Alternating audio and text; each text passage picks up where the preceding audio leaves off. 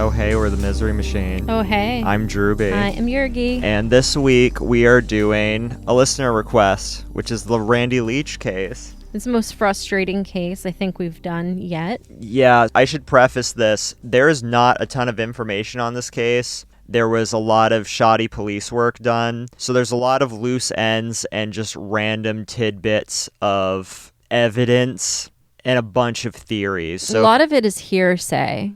So if this feels incomplete to you, it's because it is. It's because it is, and that's kind of why I found this case interesting, because it's more than just a missing persons case. Before we get into that, if you're listening on YouTube, please like and subscribe. We're almost at 400 subscribers, and every little bit goes a long way. And if you're listening on Apple Podcasts, please give us a 5-star review and a written review. Very much appreciate it. Join our Facebook community. Yes, join our Facebook Yergy will be happy. communities. Yes, Yergy will be very happy. But without further ado, Randy Leach. Randy Leach.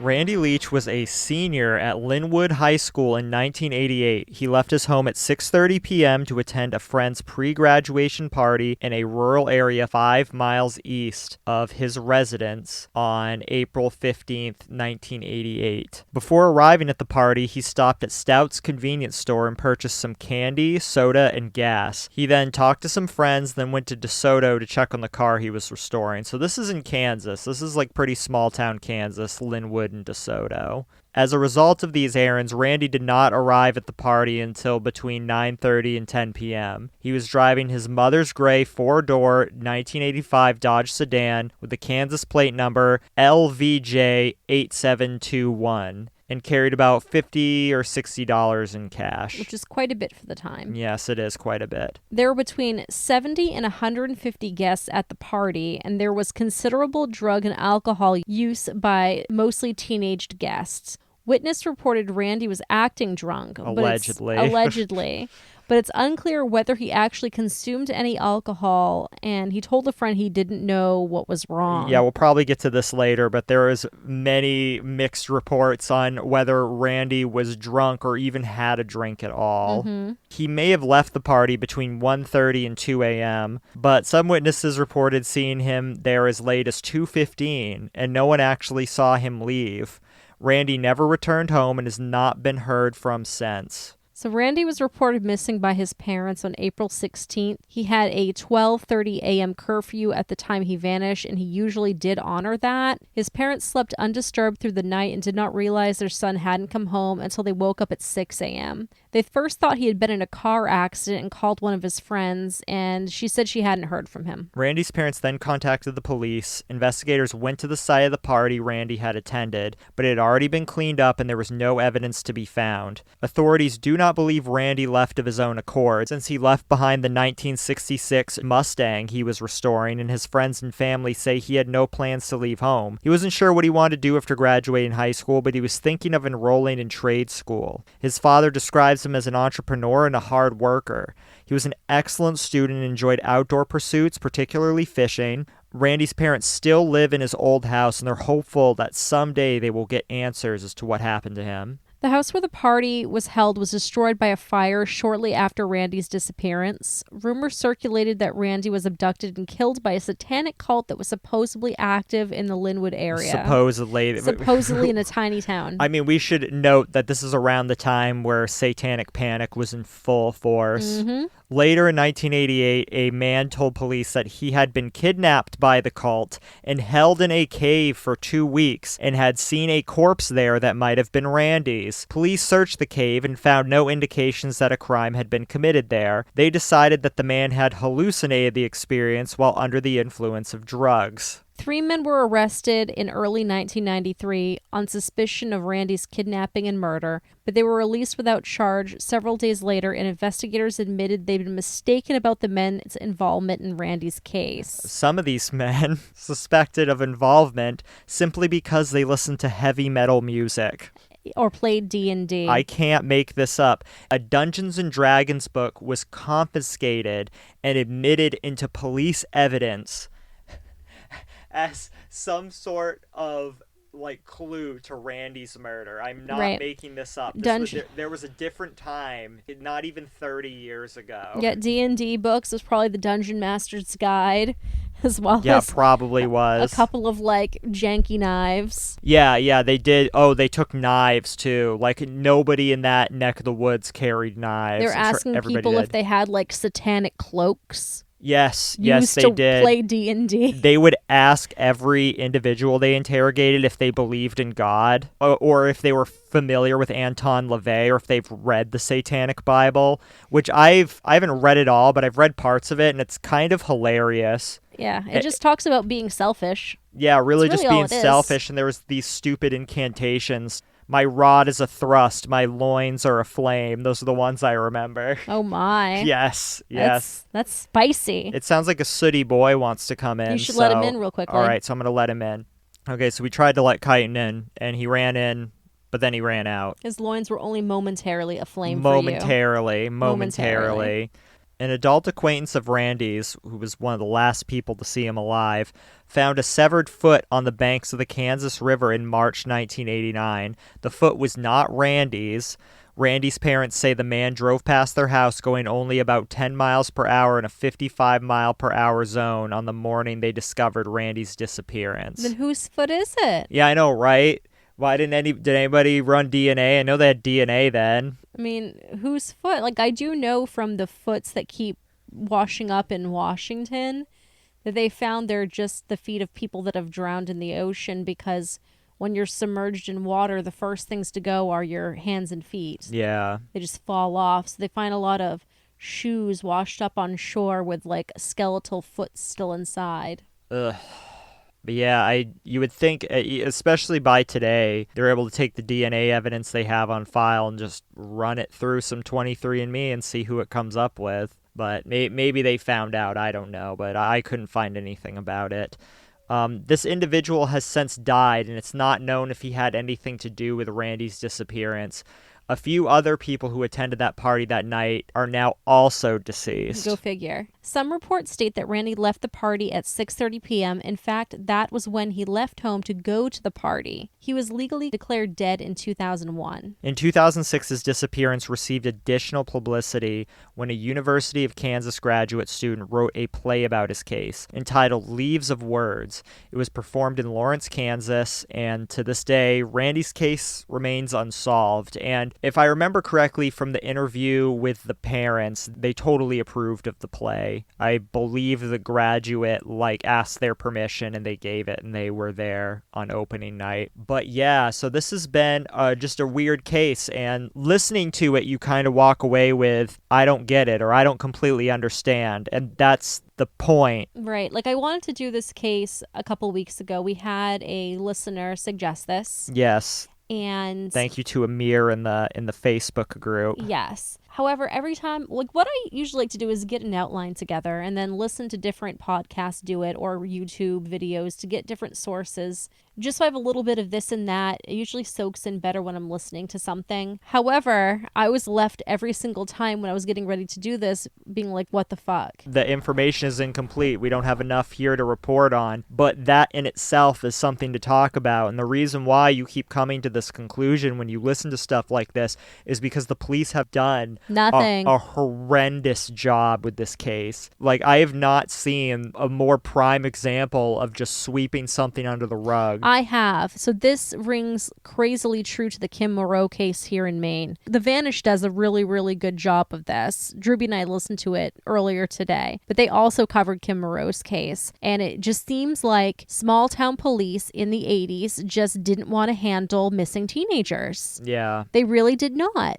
They would just give families a runaround. They wouldn't do any sort of investigative research. They wouldn't follow up on anything. And really, they just would try to pin something on somebody. And then when it didn't stick, they just let it go. I was actually talking to somebody just today who, I'm not going to give them away for a few reasons, but they work with the state police quite frequently. What they told me is that unless they think they're dealing with a murder, every time the state police will get huffy and act like this is a waste of their time and do whatever they can to just get out of there and just end the situation. So I don't know why there seems to be this type of attitude in either small town police or state troopers in smaller states. I mean, look at the fucking shit with the Texas Rangers in the Henry Lee Lucas case. Yeah. That's like one of the biggest like organizations in Texas. And they knew they had a legit serial killer on their hands. Just look at their shoddy police work. Yeah, just like feeding him stuff from police records, stuff that was supposed to be confidential. They're just like, hey, you want to know stuff about the case? Like, you just get lazy and half-ass your job in any profession that you're in, including, when you're playing with people's lives. I mean, maybe. I don't know. Is that just the way of things? I just don't know. It does not make any sense to me. But the thing with this is, from what I understand, and the problem with this case is that there's a lot of different accounts, but there's very few concrete things. So one thing that I read is that the cops did look over the party site, as the party was largely outdoors, and they couldn't find anything, or so they said, because the party was already cleaned up. They would not search the person's home who was throwing the party, despite there being multiple claims that the person throwing the party was serving drugs and alcohol to underage teenagers. Right. So this was a woman who was throwing a party for her daughter, who was also graduating at the same time as Randy here. And she had anywhere between 70 to 140 guests there. Who knew who all these people were? I do believe in the interview with Robert Marble, who was the cool metal guy that they harassed. Yeah, this was one guy that they accused of murdering Randy because he played D&D and was quite a heavy metal rocker. Yeah, and other people had actually accused him. Somebody gave, I don't remember the person's name, but they gave false statements that they heard that Robert Marble brandished a knife to him and said, "I killed Randy with this knife," or something like that. Because of this, that person never was charged with doing so. Instead, Robert Marble was harassed for a very long time before the police finally let it go. Right. But what I was saying with Robert Marble, in his part of the interview, he said his graduating class only had like 35 people in it. So who were all these other kids? Yeah,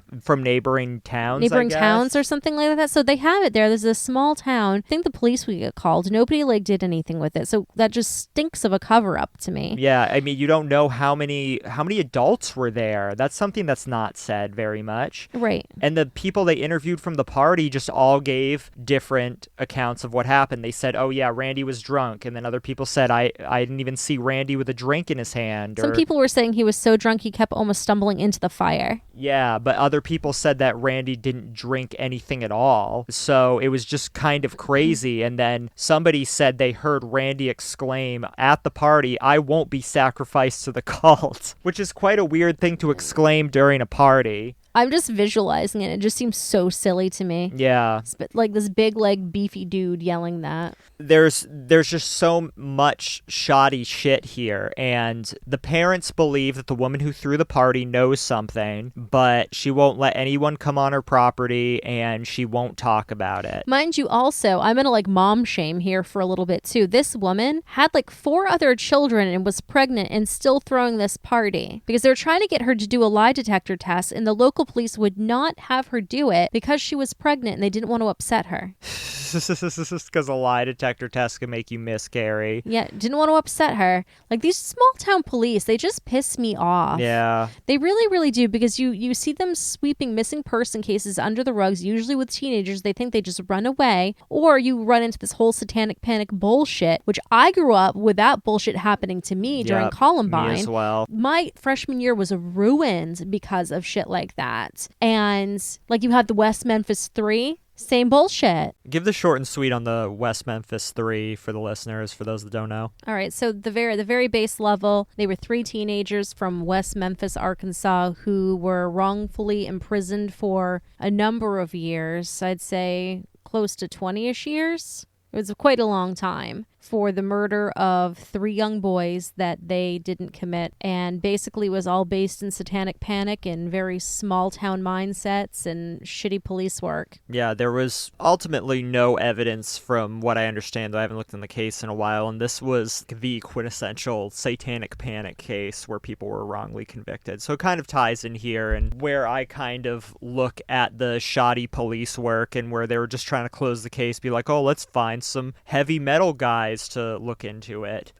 Again, Yergy and I were talking off air about how this is just a confusing case. And the reason for this is that whatever you look up, you'll hear names of people who were suspected or somehow involved in the case, and you can't find anything else about it. There's just like short mentions here and there. Some of these are from people who were in the area, not any official statements from the police. So if you want to compare this to the Delphi murders, where they have at least yearly press conferences about it, updates, they're very good about talking to the public and being as transparent as possible without compromising the case. This is the exact opposite, in my opinion. We have listed here a bunch of bullet points of facts.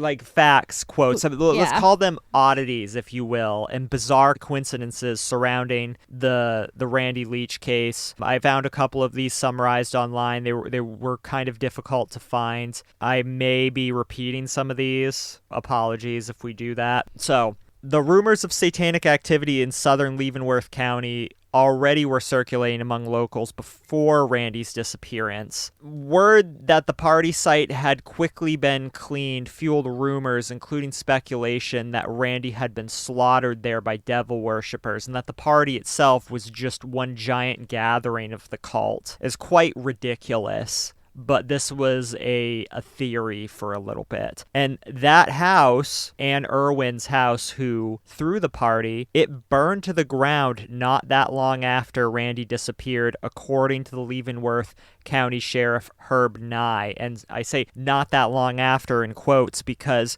we don't really know how long after. There's no recorded date of when it burned down or why it burned down.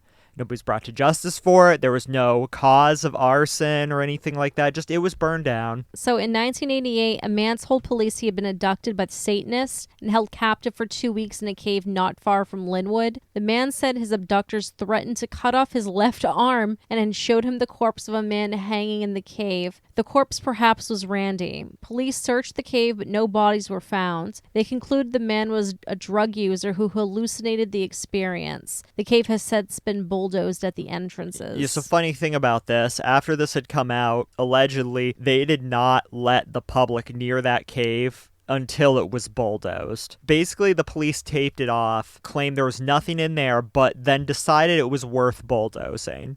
Some people think the car's in there. It's hard to say. You'd think nowadays they'd have, like... And I say some people say, out. Yet again, in quotation marks, because this is all just speculation and theories and rumors. It really, again, it just plays into the shoddy police work. People are like, oh, well, there's a lot of conspiracy theories because that comes with the territory of true crime. Well, there's an exceptional number of conspiracy theories for this, and the reason for that is because everything is so vague and there's just not enough evidence. So Steve Daughtry, I think it's Daughtry, one of the last people seen with Randy the night he disappeared, showed police in March 1989 a severed foot in a tennis shoe on the banks of the Kansas River. Daughtry said he found it while strolling. Police searched the area for other remains but couldn't find any. They concluded the foot was not Randy's. Harold Leach, Randy's father, said at one time Daughtry lived in the back of an old store in Linwood, and the part he lived in caught on fire and burned. Daughtry, in his 30s when Randy disappeared, has since died. The other thing about Daughtry is that he was caught driving by the Leach's house several times, going very slowly, trying to scope the place out. And there was, I'd have to dig through a long interview to find this out again, but I remember Randy's mother saying that somebody kept showing up at their house, sometimes in their house. And I think it was this person, and they could never make heads or tails for why he was there or what he was all about or if he was involved in the disappearance. But He's since died. The Leaches replaced the Dodge 500 that Randy took to the party and was never recovered with the Chrysler LeBaron that had about 40,000 miles on it. Just after they bought the car, it caught fire and burned in their backyard. An inspector said a gas line had deteriorated and ruptured, but the Leaches believe it was arson. Randy's blonde German shepherd named Crackers went missing about 4 months after he did, and the dog had never been found. He had him for about 4 years. Internal police reports about the Randy Leach case began showing up in the Leach's mailbox. Harold Leach said he doesn't know the source of the documents, but believes they were from sympathetic officers who were convinced the investigation was being botched. In 1993, a man purporting to be a research journalist offered his assistance to the Leaches and spent several months without pay interviewing partygoers and others who might have known something about the case. The man went by the names Terry Martin and Lee Harper. Martin Harper pooled information with Leavenworth County Sheriff's detectives Don Weston, whom Nine had assigned to the review case. Tried to look up this Terry Martin, Lee Harper. They're not even sure if either of those was his real name. And even Detective Don Weston. There's no info on her. We looked. Yeah, there's nothing. I'll read this first and we'll talk more about Weston and Martin Harper. Executing warrants issued by the assistant Leavenworth County attorney, Weston arrested 3 men for the alleged murder and kidnapping of Randy Leach. The men were quickly released. Sheriff Nye said that she was a new investigator and overzealous, and it didn't pan out when the evidence was double-checked by the county attorney. But after these 3 men were freed, Weston and Martin Harper left the state together for several days, reportedly fearful of their safety. And again, I don't know if these people are alive. There's no trace of them. I have not found anything about Don Weston on the internet as far as news relating to the police department. I found things about Herb Nye, but not Don Weston. So I do not know what happened to her or this mysterious investigator. A Topeka man who volunteered to help the Leaches search for their son subsequently was found shot to death along with his wife. The Topeka police ruled it a murder-suicide. So it's just funny how so many people involved to the case disappeared or died. Disappear or die. It's just kind of nuts to me. So we found some other interesting information that kind of tied along with the mysterious foot. Remember how I reviewed it was a lot like that case where all those feet were washing up in Washington? Yeah. Washington. Apparently another reason feet detach from the body so quickly in, submerged deaths is because shoes float, so they want to pull away from the corpse. Yeah. So that's just a little snippet that I found that I wanted to share. One thing I forgot to mention about the cave being bulldozed is that there was rumors the sheriff requested this to happen, but the sheriff has openly denied this. So this Twitter comment allegedly left by somebody who was good friends with Randy's parents. His cousin was at the party that night Randy disappeared. He saw that Randy wasn't acting normal, possibly drugged. The house that the party was at was also burned down during an investigation. My grandpa helped search for Randy throughout the Leavenworth County, looking into any sites where there might be, quote, satanic cult activity. Close by is the river and also where a dredging company used to be. If his vehicle were to have been put into the river at this spot, it would be a hard time finding it since a lot of sand has been taken out of said spot. There have been TV shows, radio. Speaking of TV shows, we forgot to mention that the family reached out to Unsolved Mysteries. Yes, thank you for remembering this. So this was going to be picked up by Unsolved Mysteries, but the sheriff's department stopped this from happening.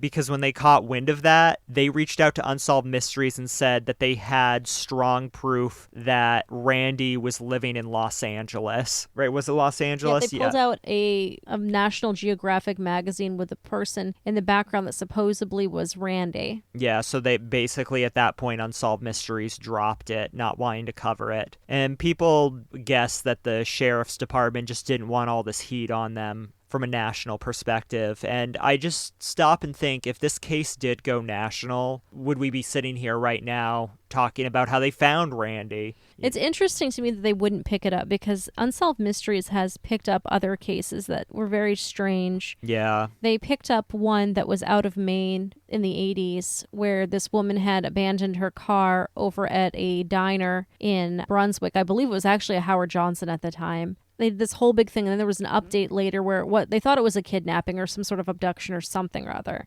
But really, she just took off and like killed herself in a hotel. Jesus. I mean, they covered that. Like, why not cover an actual missing person? Yeah, you would think so. I mean, some of Unsolved Mysteries stuff, I mean, looking back on it anyways, was quite sensationalized. So was America's Most Wanted. Just, it seemed like they'd pick up anything they think they could run with. So I'm kind of shocked they still didn't go with it, but allegedly the police tried very hard to not let that happen.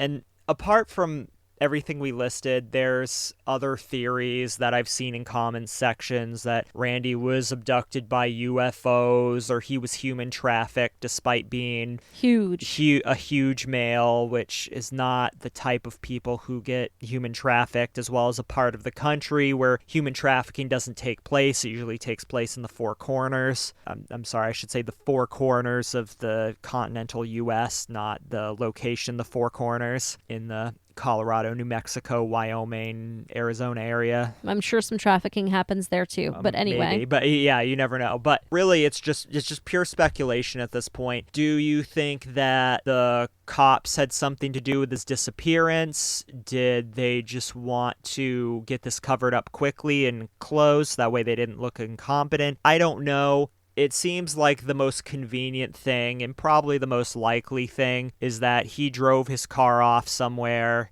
and the car washed away. But it's really hard to think that a car like that wouldn't have been discovered by now. It would have had to ended up off to sea, I think, in order for it to never be found in this time.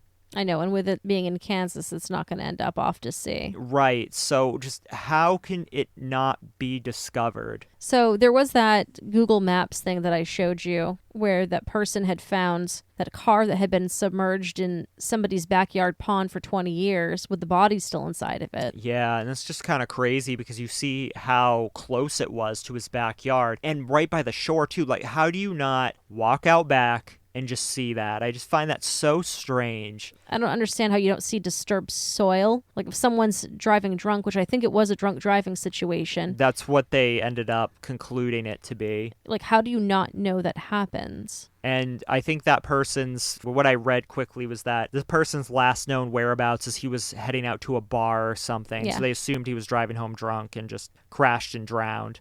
And that was the theory that this one sheriff had, or former investigator, had with regards to Randy. They think he maybe had a few too many from the party, left, took some back roads, misjudged, went off into a pond or a body of water. Yeah, so the former investigator who's now retired just rests his laurels on that, I feel in my gut that Randy just drove off into this one particular river. But it's hard to not think that this could also be the case of an old retired cop trying to pat himself on the back and make himself feel better for shoddy police work. I don't know. All these things are plausible. On one of the YouTube videos that I watched doing some research, it said that somebody stuck him in a cement-filled barrel and send him down the river. Yeah, it's just weird shit. I mean, some people have said that maybe Randy got drugged or overdosed or something at the party and died, and people panicked and decided to clean it up. That's a very likely case.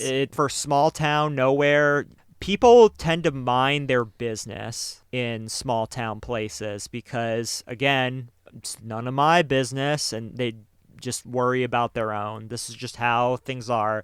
Are there snitches and people that get quite lively or try to witch hunt other people? Absolutely. But the majority of the people just want to be left alone and keep to themselves. Are there people out there that know what happened to Randy? Maybe. Probably, absolutely. My best guess probably is that theory where he got either drunk and went off into a body of water, or this one that you're bringing up that he died because he took drugs and they hid the body. But all in all, this is just a sad case. The parents especially have been through hell. They had a GoFundMe a couple years ago to raise money for legal fees. They have been fighting with the sheriff's department to release their case files, and they won't. They have, I believe, tried to sue the sheriff's department in civil court for mishandling this, and they've just been getting nothing. The police won't work with them, and they just can't get any sort of closure. It's just very sad.